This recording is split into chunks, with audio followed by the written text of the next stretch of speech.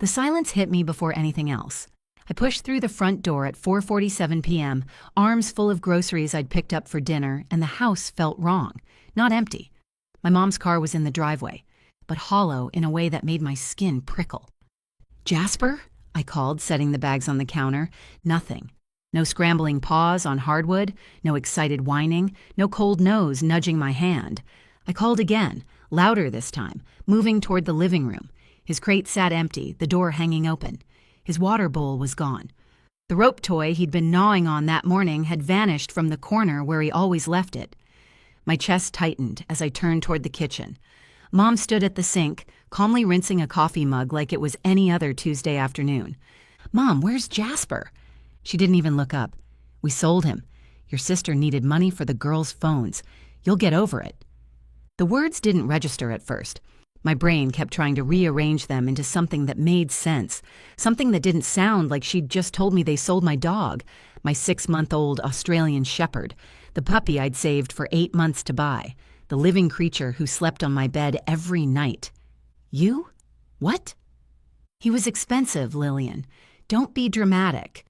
She shut off the water, finally glancing at me. Her expression was blank, like we were discussing taking out the trash. "Your sister's girls needed new phones for school, and we figured you'd understand. Family comes first." Something hot and sharp lodged in my throat. I opened my mouth, but nothing came out except a strangled sound that didn't feel like it came from me. "My name is Lillian. I'm 27 years old, and I work as a medical transcriptionist. This is the story of how I learned that blood doesn't make you family, and how I made sure they learned it too." I turned and walked out of the kitchen before I said something I couldn't take back. My hands were shaking so hard I had to shove them in my pockets. I found Dad in the garage, organizing his toolbox with the same methodical care he gave to everything except me. "Dad," my voice cracked, "where's Jasper?" He glanced up, wrench in hand. "Your mom told you, didn't she? Look, the girls needed those phones. You'll get another dog someday." "He wasn't just a dog." The words came out sharper than I intended. "He was mine. You had no right." "We have every right." He set down the wrench with a heavy clank. "You live under our roof. We make the decisions. Besides, your sister's kids are more important than a pet." The casual cruelty of it, the way he said it like it was obvious, like I was stupid for not understanding, made something inside me snap. Not loudly, not like rage, more like a wire pulled too tight for too long, finally giving way. I walked back inside, past Mom still puttering in the kitchen, and climbed the stairs to my bedroom. Jasper's crate sat in the corner, empty. His leash hung from the doorknob where I'd left it that morning. His collar with the little bone-shaped tag that read Jasper Riddle lay on my dresser. They'd planned this, discussed it. Probably while I was at work, they'd decided that something I loved, something alive and trusting, was worth less than the convenience of not spending their own money on phones my nieces would crack within a month. I sat on the edge of my bed, staring at nothing, and let the realization wash over me in cold, clarifying waves. This wasn't the first time. It was just the worst time. The time I finally saw the pattern clearly. When I was 16, they'd taken my savings to pay for my sister's wedding. When I was 22, they'd pressured me into co-signing a loan they never paid back. Last year, they'd convinced me to add Mom to my bank account just in case of emergencies. And suddenly there were charges at restaurants I'd never been to, subscriptions I'd never authorized, gas for cars I didn't drive. Every time I swallowed it. Every time I told myself it was what family did. You helped. You sacrificed. You didn't make waves. But this time, they'd crossed a line I didn't even know I had. I didn't go downstairs for dinner. I heard Mom call up once, then Dad's heavier footsteps on the stairs, but I'd locked my door. They knocked twice, asked if I was going to pout all night, then left. Around midnight, when the house finally went quiet, I opened my laptop. I wasn't crying anymore. I was thinking clearly for the first time in hours, maybe years. I'd kept one account separate from the joint finances, a savings account from my previous job that I'd never mentioned to them. It had enough for emergencies like this: Craigslist, Facebook Marketplace, local rescue groups, Nextdoor. I scrolled through every pet listing within 50 miles, searching for a 6-month-old Australian shepherd with heterochromia, one blue eye, one brown, and a white stripe down his nose. The next morning, after barely sleeping, I resumed my search. At 11:30 a.m., I found him. The listing called him Max, but I'd know those eyes anywhere. The family said they'd gotten him from someone who couldn't keep him anymore and were already overwhelmed. They'd meet me at Riverside Park if I brought $400 cash. I withdrew the money from my personal account, the one Mom didn't have access to, and drove across town with my heart hammering so hard I thought I might pass out. When the family's SUV pulled into the parking lot and I saw Jasper in the back seat, his ears shot up. His tail started wagging so hard his whole body wiggled. The moment they opened the door, he lunged toward me, nearly knocking me over, licking my face and whining like he'd been waiting for me to come get him. "He really likes you," the woman said, looking relieved. "Are you sure you can handle him? He's a lot of energy." "He's mine," I said quietly, clipping his leash on. "He's always been mine." I drove home with Jasper's head on my lap, his warm weight anchoring something in me that had been floating loose. When I pulled into the driveway at 2:15 p.m., I didn't hesitate. I walked straight through the front door with Jasper at my heels. Mom was folding laundry in the living room. She looked up, saw Jasper, and froze. The towel slipped from her hands onto the floor. "What? How did you—" "I bought him back." I kept my voice level, calm. "From the people you sold him to." Her face went red. "Lillian, that is completely unacceptable. We made a decision as a family." "No." The word came out harder than I'd ever spoken to her. "You made a decision, without asking me, about something that belonged to me, and now I've corrected it." I walked upstairs before she could respond, locked my bedroom door, and sat on the floor with Jasper pressed against my side. His breathing was steady and warm, and for the first time since yesterday, I felt like I could breathe too. Hours passed in tense silence until around 6 p.m. when the real confrontation began. Dad pounding on my door, demanding I stop this nonsense. Mom calling me selfish, ungrateful, dramatic. My sister texting that I'd ruined Christmas by making everything about me. I didn't answer. I just held Jasper and stared at the ceiling, feeling something cold and clear settle over me like armor. If they could sell my dog for phones, they were capable of anything, and I was done being their easiest target. The next morning, I came downstairs to a kitchen full of forced normalcy. Mom flipping pancakes, Dad reading the news on his tablet. Nobody mentioned yesterday, nobody apologized. They were just waiting for me to fall back in line like I always did. I poured myself coffee, checked my phone, and saw the message at the top of the screen. No service. I tapped the Wi-Fi icon. Connected, but no internet. I checked the router. It was on, just locked. Then I opened my phone carrier app and saw it immediately. My number had been removed from the family plan. No warning, no conversation, just punishment. I stared at the screen for a long moment, then set my coffee down carefully. Very carefully. "Did you turn off my phone?" I asked. Mom didn't look up from her pancakes. "You're not acting like part of this family, so you don't get family privileges." Something clicked. Not anger, clarity. Perfect crystalline clarity.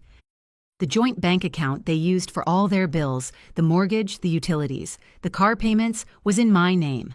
Mom had convinced me months ago to make it joint for convenience, but I was the primary account holder. I went back upstairs, opened my laptop, and logged into the account.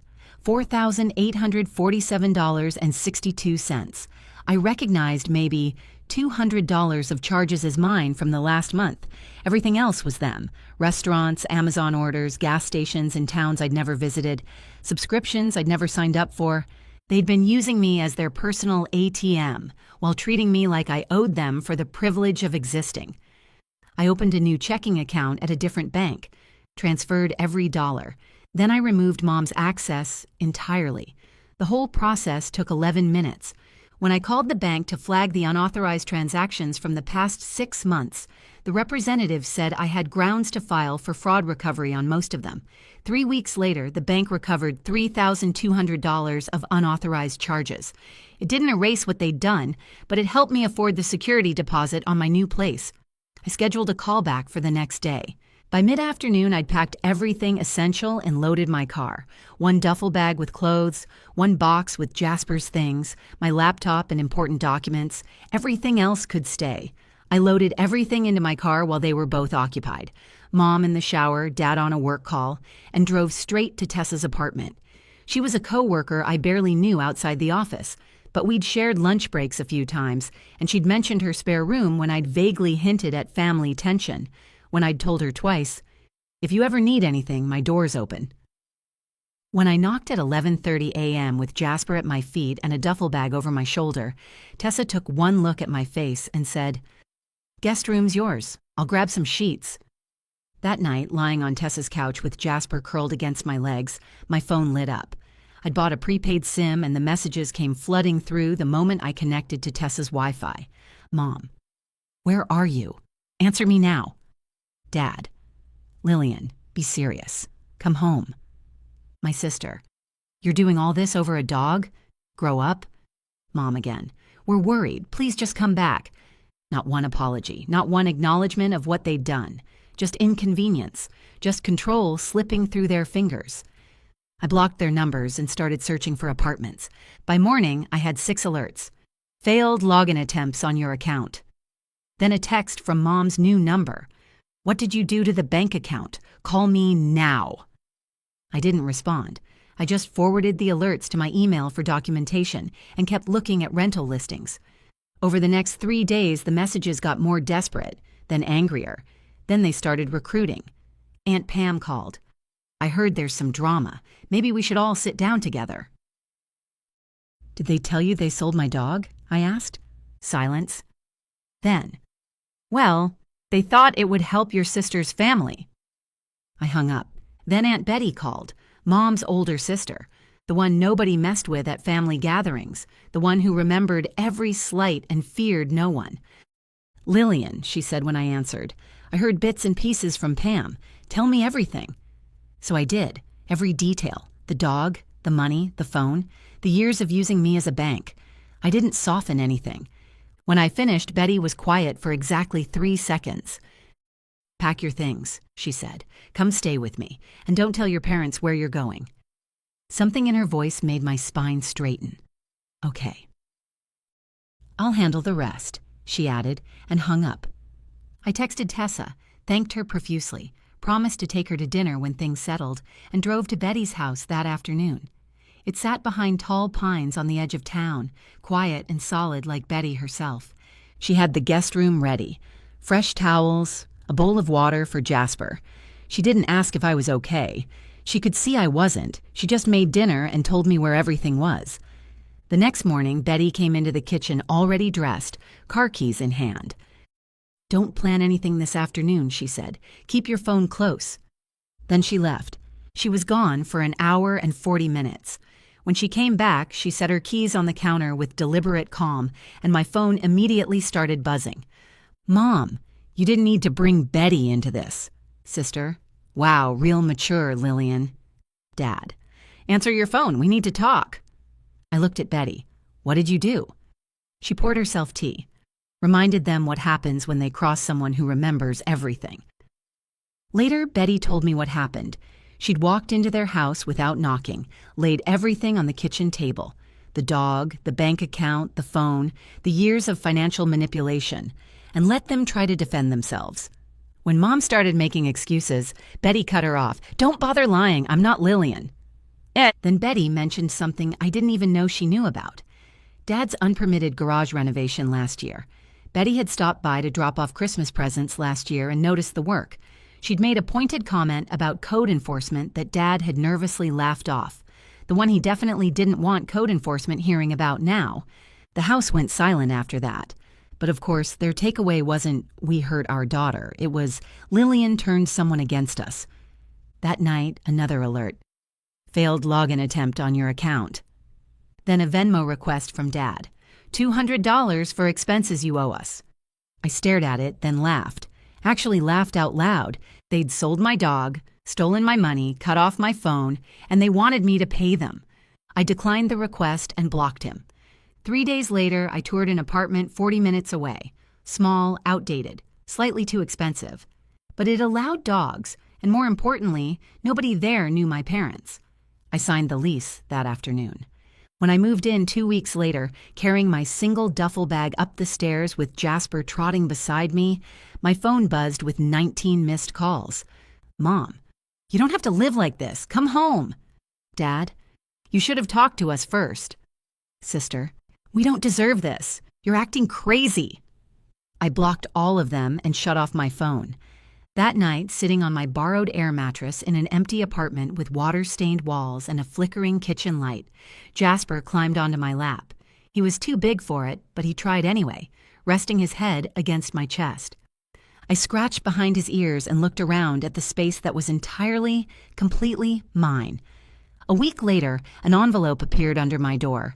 No return address, but I recognized Mom's handwriting. The letter inside was 3 pages long. You'll understand when you have children. We made mistakes, but you're overreacting. Come home and we'll forget all of this. Not one real apology. Not one acknowledgement that they'd sold something I loved. Not one moment of actual accountability. I folded the letter, put it in a drawer, and made myself remember it. Not because I wanted to keep it, because I never wanted to forget what I'd escaped. 2 months later, Betty called to tell me Mom and Dad had shown up at her house with a pie, ready to forgive me. Forgive me, I repeated. That's what I said. Betty's voice was dry. I told them you don't need their forgiveness, and if they'd loved you half as much as they loved controlling you, none of this would have happened. I pressed my hand to my chest, feeling something warm and painful there. Thank you. They won't bother you anymore, Betty said. She was right. After that day, the calls stopped entirely. My sister sent one final text calling me dead to the family, then nothing. The silence that followed wasn't temporary. It was permanent, then softer. Live your life, Lillian, not theirs. 6 months after I left, I got a new phone number, gave it to Tessa, Betty, and a handful of coworkers. Nobody else. My apartment was still small, still imperfect, but I'd made it mine.